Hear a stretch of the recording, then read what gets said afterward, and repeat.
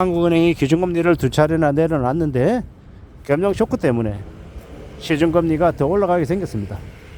이놈의 대통령이라고 하는 작자가 대한민국 경제를 다 망가뜨려놨는데 그 중에 하나가 보통 사람들, 서민들의 대출이자 부담입니다. 대출이자 부담이 가상금리가 0.2%, 0.3%, 0.5%, 0.78% 팍팍 올라가고 있습니다.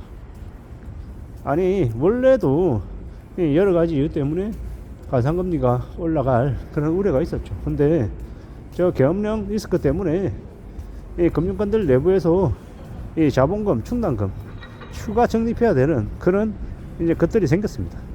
그게 결국 뭘 뜻하는 거겠습니까? 그네들이 이제 감내해야 될, 감당해야 될 이제 부담이 더 커진 거다라고 봐야죠. 꽤 이제 막막하고 우려스러운 지경까지 이르렀다라고 봐야 됩니다.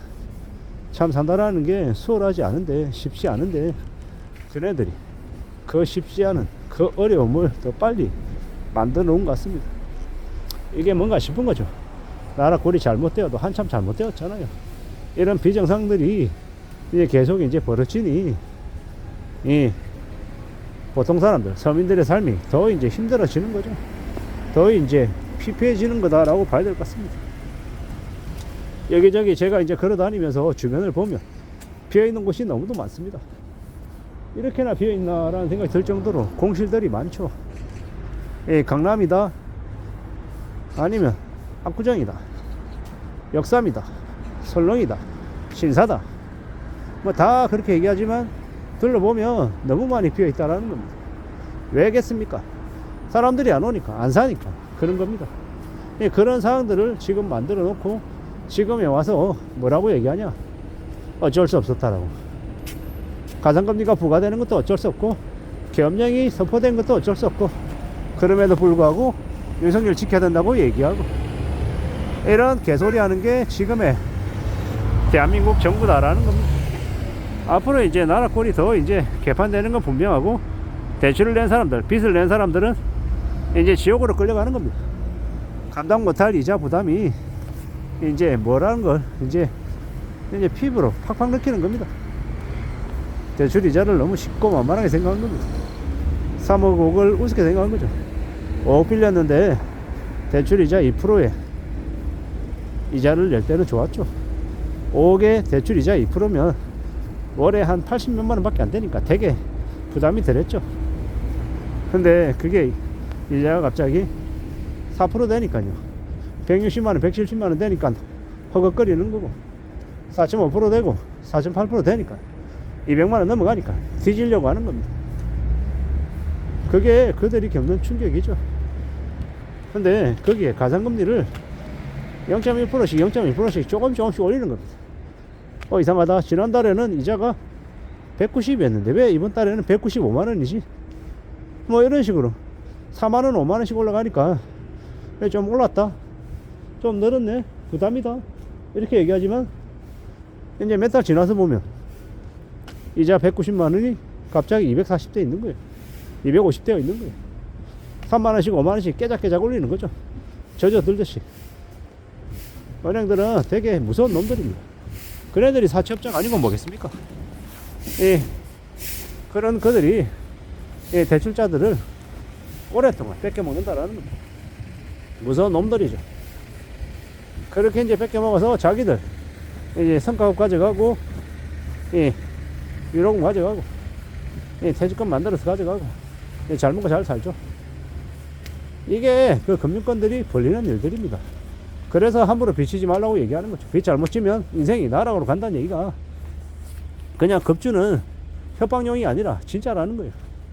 빚 없이 살면요, 빚 없이 살고 되려 고배당 우량주 사면요, 되게 괜찮죠. 되게 유용합니다. 그렇게 사는 게 현명하다라는 겁니다. 저는 앞으로 뭘 보고 있냐면 2025년 말이나 2026년 말이나 주식시장도 되게 싸게 살 시기가 오지 않을까라고 보고 있는 겁니다.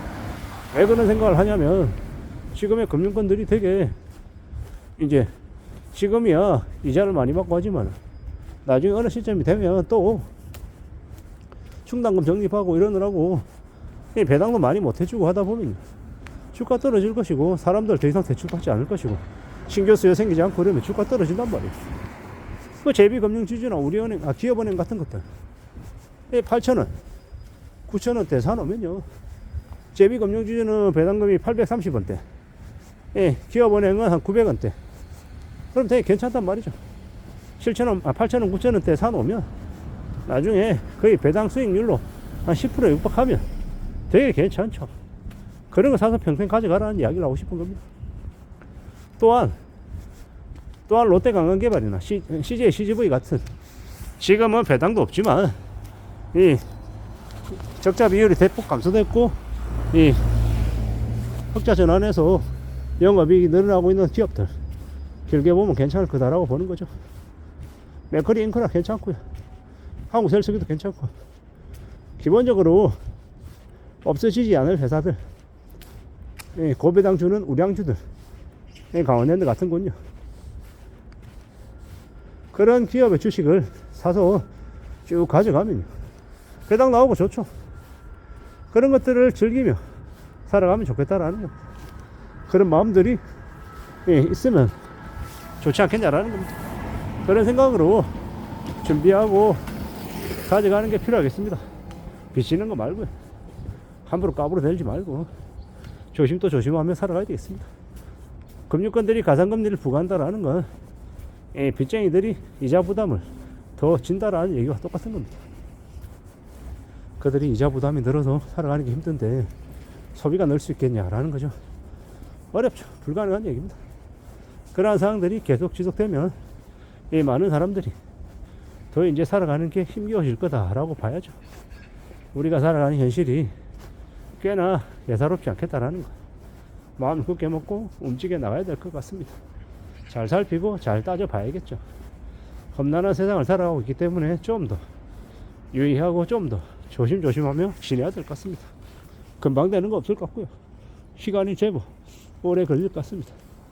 잘 좀 두고 보고 천천히 나아가는 게 더 필요한 것 같습니다. 잘 살피고 잘 따지고 차근차근 움직이는 게 제일 좋을 것 같습니다. 이 험난한 시대를 살아가는데 함부로 빚져서 이자 내면서 허덕이는 삶은 비춥니다.